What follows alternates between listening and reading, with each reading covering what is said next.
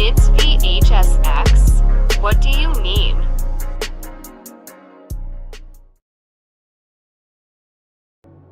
Alright everybody, welcome back to a brand new video. Today I wanted to have a discussion and talk about the ScottJund MintSkull debate and cover Scott's response to MintSkull's response. And I wanted to give my thoughts on it, sort of if I agree or disagree, and try to cover sort of some points. So the first point that I wanted to bring up was that Scott had actually mentioned that the point that I even talked about in my own video was that he wasn't trying to say that if you get it down in the first 20 seconds, it guarantees every match is a win. He just meant to say that it was most, which, you know, that makes complete sense. I agree with that. And he's not saying that he even disagrees with MintSkull on that point either. So, and I'm like, hey, that's cool. You know, I agree with those points as well. So that's good to start off with. The next point was that he mentions that MintSkull mentions that he didn't try that hard in the match he used as an example.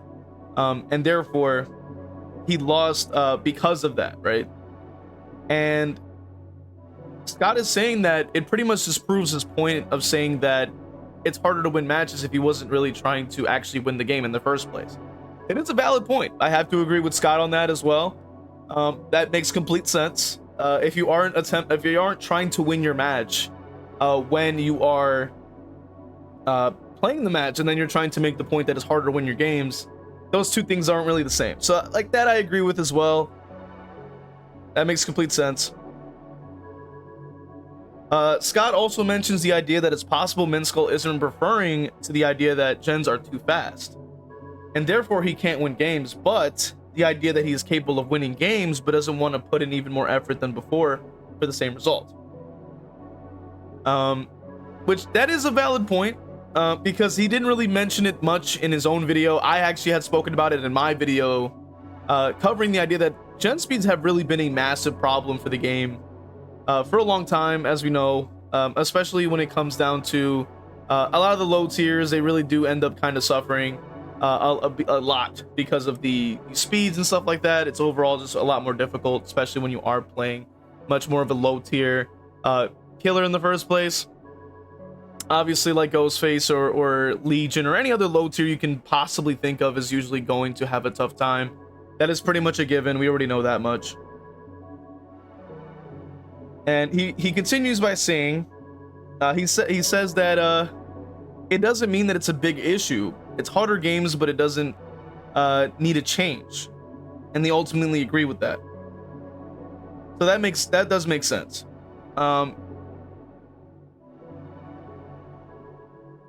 Okay.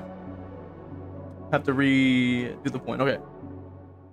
So he continues by saying, but the idea is that he's capable of winning the games, but he doesn't want to put in even more effort than he did before in order to win the game. You know, to get the same result, obviously. He says that it doesn't mean it's a big issue. It's harder games. And he agrees with that, but he doesn't see that it needs to change. And they ultimately agree on that, apparently.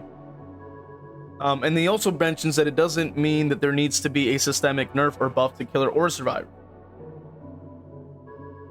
So I do completely agree with that idea. I do completely agree with MintSkull if that is the concept he was trying to put out. And I completely also agree with the idea that like a lot of us, I don't think, want to put in double the effort that we used to try to get the same result of a win. I think that's like a very common thing, a very like universal thing, I would say. Like if you're winning your games just as it is normally, and they're very hard as it would be even with a low tier, I wouldn't even imagine I would want to try even harder than I'd already have been to get just a normal win. Like that would just, you know, be pretty much meaningless, and it would take up a lot of energy and a lot of focus just to do something you already did before a lot easier. And that is also a valid point, you know. Like I agree with MintSkull on that, and Scott also agrees with that. I'm also saying the same thing on that as well. I don't think a lot of people want to have to try even harder than they already have been. And keep in mind that the vast majority of people are also very casual players as it is. So I wouldn't imagine that a lot of people would like to be told, hey, guess what? Your character is like terrible and you're gonna have to try even harder to win your games now.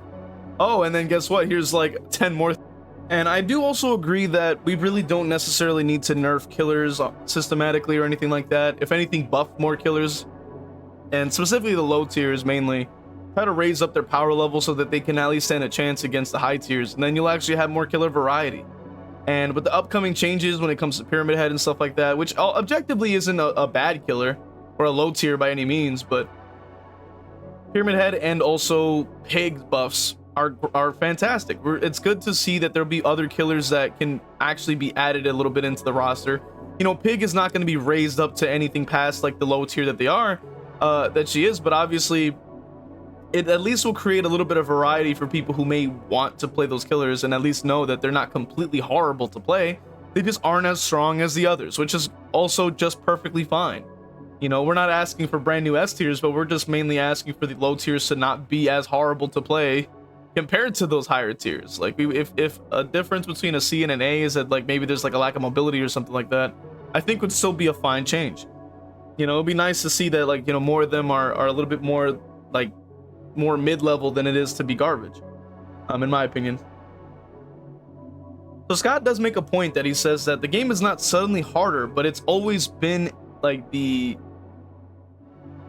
So Scott makes the point that the game isn't suddenly harder, but as a matter of fact, that the healing meta and the difficulty that's sort of arriving from that sort of, you know, center point has already been in the game for a long time, and therefore it's not really that it's gotten harder, but it's always been this way, and people are just discovering that it's going to be more difficult, and that does make sense. So he's basically saying also that Franklin's does counter the double heal from a medkit, for example, which requires eerie add-ons, but obviously we know that, you know, this really hasn't aged well because we know that they're already going to nerf Franklin's demise.